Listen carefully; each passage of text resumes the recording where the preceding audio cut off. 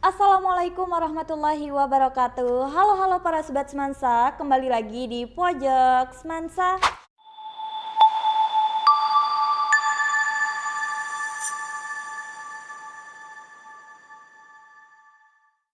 Kenalin, aku host baru di sini. Nama aku Ayu Ramadhani. Kalian bisa panggil aku Ayu. Nah, kali ini guys, studio kita kedatangan bintang tamu yang sangat spesial dan tentunya sangat menginspirasi bagi kita semuanya, yaitu pemenang juara 1 lomba debat tingkat nasional yang diselenggarakan oleh Universitas Negeri Yogyakarta.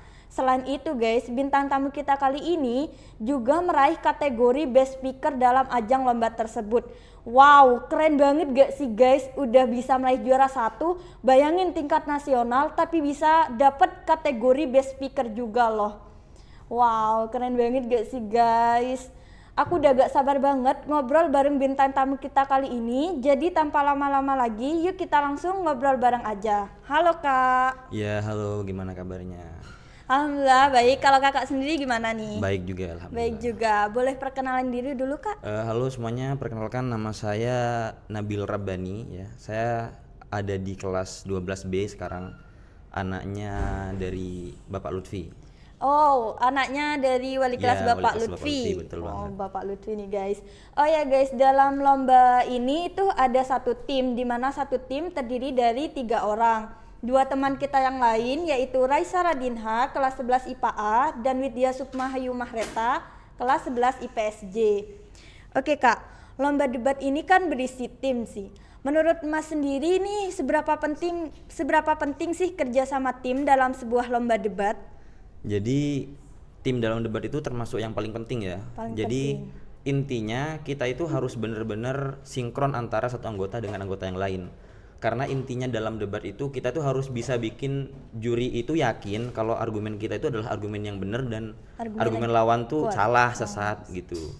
Kalau misalkan kita gak sinkron ya antara satu tim itu justru malah kacau gitu. Para pendengar dan penonton tuh malah gak paham kita itu ngomongin apa gitu. Berarti antara pembicara 1, pembicara 2, pembicara 3 itu harus sinkron semua gitu. Iya betul. Jadi kan memang sebelum kita bicara itu kan kita dikasih waktu sebenarnya tuh buat building case, jadi buat nyusun argumen kita gitu. Jadi kita tuh sambil diskusi juga gitu selama waktu yang ditentukan biasanya sih tuh 15 menit gitu. Wow, Jadi 15 menit. selama 15 menit itu kita harus nyusun strategi gitu. Nanti kamu ngomong ini, aku ngomong ini, dia ngomong itu, ya, kayak gitulah. Oke Kak, dalam lomba debat ini kan pasti ada tim pro sama tim kontra dan tentunya akan menyampaikan argumentasinya masing-masing. Boleh dikasih tahu gak sih Kak cara nyusun argumentasi yang kuat biar bisa mematahkan argumentasinya lawan gitu?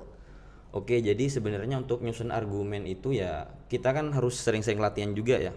Sering Dan latihan. ya harus sering latihan. Jadi kita tuh harus bener-bener belajar tema apa sih lomba ini tuh temanya apa. Jadi misalkan kayak kemarin tuh yang di UNY itu temanya tuh teknologi gitu. Jadi selama kita latihan kita tuh bener-bener mempelajari Tentang sebenarnya teknologi. ya apa aja sih perkembangan teknologi gitu yang sekiranya nanti bakalan keluar di lomba debat nanti gitu. Oke, kalau semisal kan temanya itu tentang teknologi gitu. Kebetulan kakak dapat pro apa kontra nih? Waktu itu kita lebih seringnya tuh dapat kontra. Ya lebih seringnya dapat kontra. Kayaknya kita dapat kontra semua waktu itu ya. Kontra semua. Kontra terus kayaknya sampai final juga kontra. Oke, waktu debat kemarin kan pasti lihat sama banyak orang ya Kak? Iya betul. Banyak orang. Ada rasa gugup gak sih waktu nyampein argumentasi di sana gitu?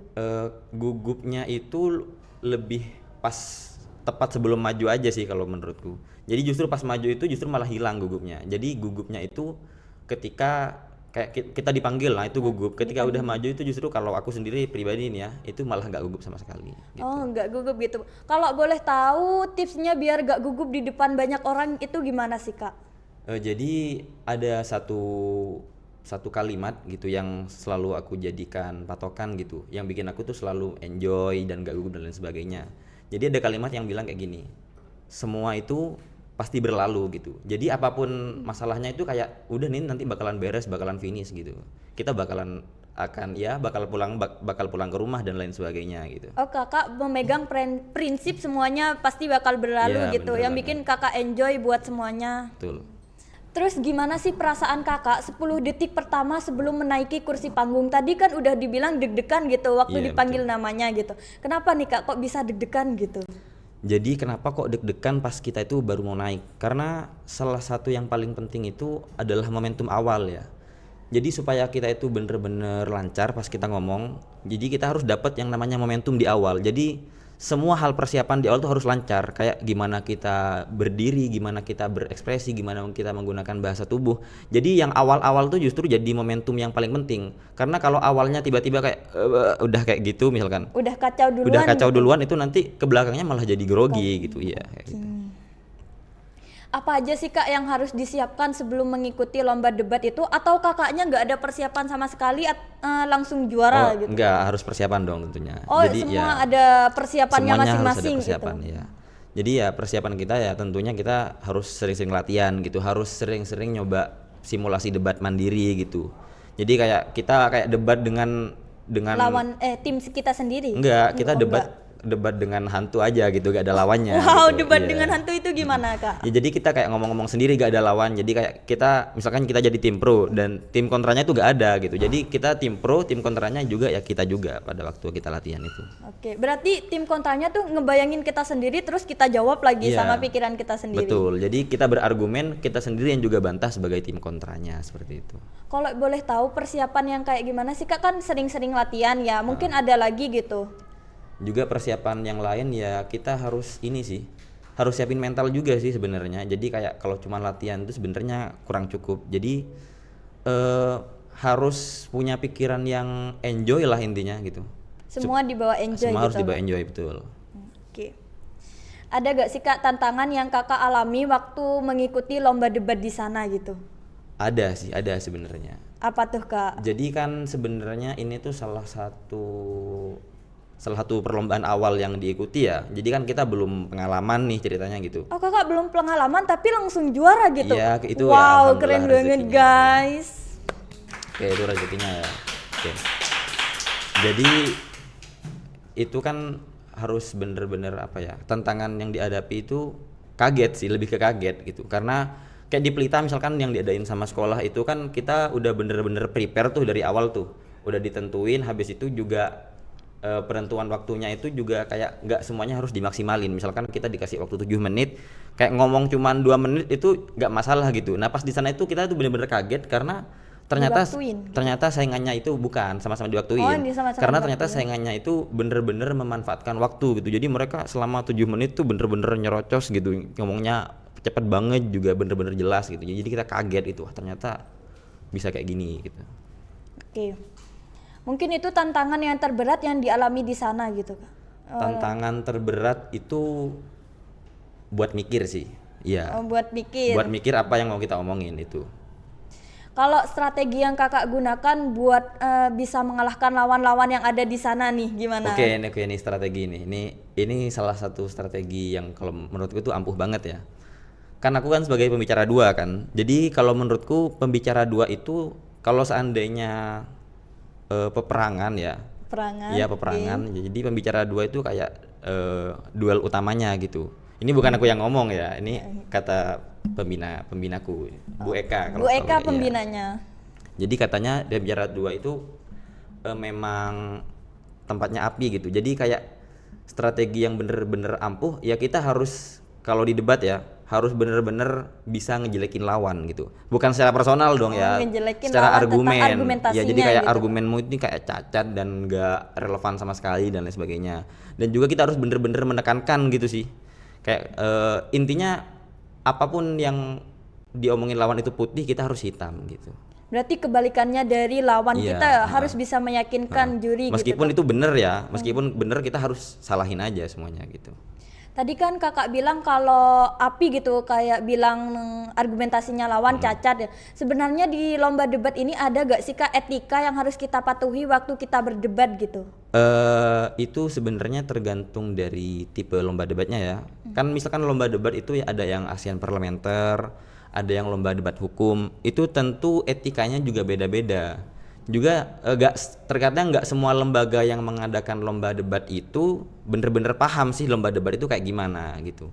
Jadi ya tapi untungnya yang lomba kemarin itu jurinya itu paham ternyata ASEAN Parlementer itu kayak gini-gini. Kalau masalah etika sendiri kayak kita itu sebenarnya bebas sih mau ngomong apa Bebas aja. mau ngomong apa Kayak aja. misalkan lawan ini tidak punya otak dan lain sebagainya gitu. Oke. Selama yang diserang itu kayak bukan bener-bener personal, kayak misalkan matanya juling dan lain sebagainya, jangan ya. Ya itu terlalu Nggak boleh ke personal tapi lebih ke argumentasinya, lebih ke gitu Kak. argumentasinya ya, betul sekali. Selama mengikuti lomba debat nih Kak, ada gak sih momen yang paling berkesan yang Kakak alami gitu? Momen paling berkesan ya, ya kalau kemarin kan di Jogja kan ya, Di Jogja. ya momen paling berkesannya itu ya jalan-jalannya sih sebenarnya. Oh, setelah Ya. kalian meraih juara 1, kalian jalan-jalan di sana dulu gitu? ya ke Malioboro sekitar dan sebagainya, makan-makan gitu.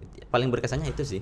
Kalau di lomba debat sendiri, karena aku itu menganggap itu enjoy gitu, jadi kayak kurang berkesan. Kalau kesulitan, cuman nggak seberkesan itu kalau menurutku. Berarti lebih berkesan jalan-jalannya gitu, Iya, lebih enjoy berkesan sama jalan-jalannya. jalan-jalannya Iya, aja. bener banget. Oke. Debat kan pasti saling beradu argumen kan Kak? Iya. Gimana sih caranya Kakak tuh kalau semisal ada lawan yang sering menyela ketika Kakak menyampaikan argumentasi gitu? Jadi kan untuk menyela itu sendiri itu kan ada sesi interupsi namanya ya. Jadi misalkan ketika timku nih, ini sesinya timku buat ngomong gitu.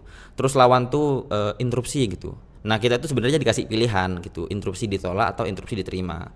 Ada salah satu, misalkan kalau ditolak gitu kita bilang tidak, terima kasih gitu. Atau misalkan diterima ya kita bilang diterima gitu. Terus lawan ngomong interupsinya tuh apa sih yang dia tuh gak sesuai ataupun gak sinkron lah sama pendapat kita gitu.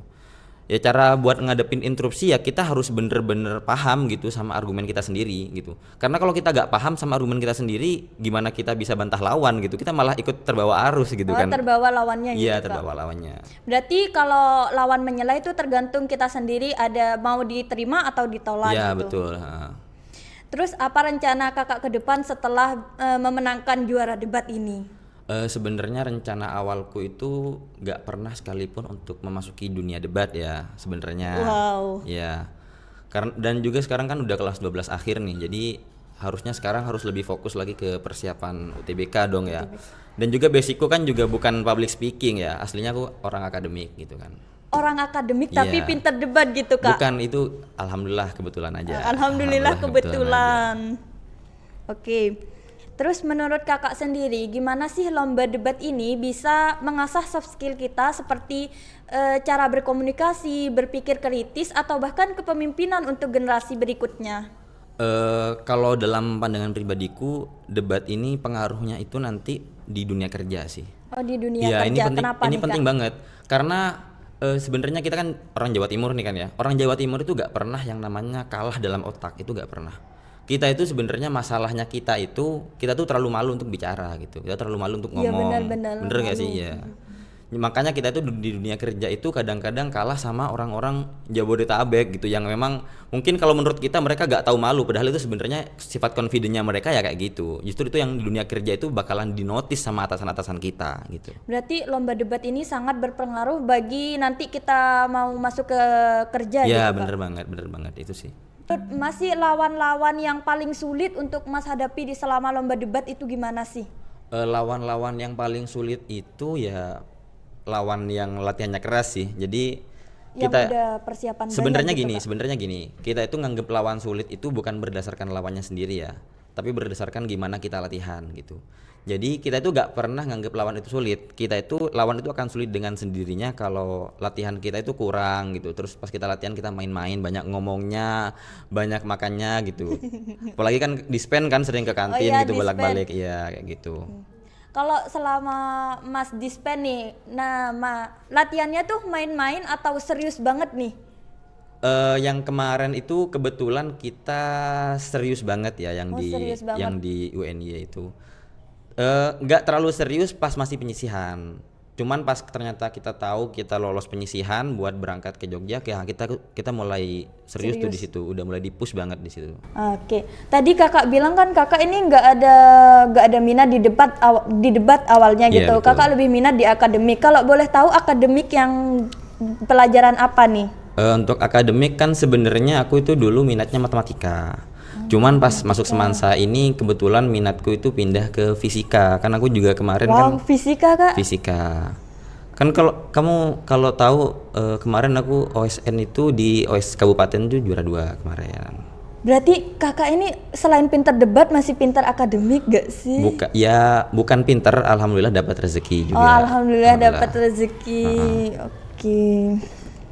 Motivasi utama kakak nih biar kayak dapat juara lomba debat itu apa sih gitu? Kalau boleh jujur ya, motivasi awalnya itu karena bisa jalan-jalan ke Jogja sih itu. Jalan-jalan. Berarti Jalan-jalan ke kakak Jogja. tuh gak mikirin debatnya tapi lebih mikirin jalan-jalan ke Jogja nggak gitu? Gak bener-bener gak mikirin juga, Oh, nggak tetap mikirin. dipikirin. Cuman fokus utamanya memang waktu itu untuk jalan-jalan ke Jogja aja sih sebenarnya gitu. Selama di Jogja tuh jalan-jalan ke Malioboro terus kemana nih kak? Pasti seru banget gak sih? Iya, jadi pas kita di Jogja itu seingatku kita itu nyoba ya kulineran lah di sekitar sana. Kulineran. Ya, kita nyobain gudeg. Waktu itu aku gudeg habis 5 piring kayaknya waktu Wah, itu buat sarapan. Gudeg. Kalau gudeg itu kayak gimana sih kak? Aku gak pernah makan nih soalnya. Aku tuh sebenarnya kurang paham ya, karena itu pertama kali aku ngerasain gudeg yang bener-bener otentik gitu. Sebelumnya aku pernah ngerasain, cuman kok beda gitu ya sama yang aku beli di waktu itu di Jogjanya langsung gitu kan. Yang gudeg asli itu kerasnya tuh kayak lebih pedas gitu, lebih nyegrak gitu ke tenggorokan gitu. Makanya pas aku habis makan 5 piring itu pulang dari Jogja itu langsung sakit, aku langsung ngedrop sih kayaknya. Langsung gara-gara kebanyakan Iya, makan kebanyakan gudeg. makan kayaknya. Iya sih, bener banget. Oke. Oke guys, sekarang kita udah ada di penghujung acara nih. Setelah kita ngobrol bareng Mas Dani tadi tuh, pembelajaran yang paling penting kita dapat yang pertama itu mental ya Mas. Iya, Yang mental. harus disiapin itu mental, terus latihan yang keras agar semuanya butuh proses biar Betul. bisa dapet yang kita mau gitu Kak. Iya. Oke. Yang terakhir nih Kak, pesan yang ingin Kakak sampaikan kepada para pendengar yang ingin mengikuti jejak Kakak di dunia debat. Oke, jadi buat kalian yang bener-bener pengen, ini boleh bercanda sedikit nggak? Boleh Oke. nih. Jadi buat kalian adik-adik kelas yang pengen banyak dispennya dan pengen banyak jalan-jalannya, ikut debat ya, ikut debat karena debat itu fleksibel banget, enjoyable juga, dispennya itu melimpah banget dan jalan-jalannya itu bisa kemana aja gitu. Tapi jangan lupa ya, harus juara juga gitu ya. Oke. Kalau nggak juara gimana nih? Kalau Kak? nggak juara Sia-sia ya, dispen iya ini. sia-sia banget gitu, ketinggalan. Oke guys, segitu dulu aja podcast pada kali ini. Terima kasih buat Kak Bani yang Iya, telah bersedia sama-sama. membagi ceritanya dengan kami. Terima kasih juga untuk tim multimedia yang selalu bekerja di balik layar. Dan terima kasih juga untuk penonton yang selalu setia menonton kami. Jangan lupa ditunggu untuk video podcast kami selanjutnya. Dan jangan lupa like, subscribe, and comment guys. Wassalamualaikum warahmatullahi wabarakatuh. Bye-bye.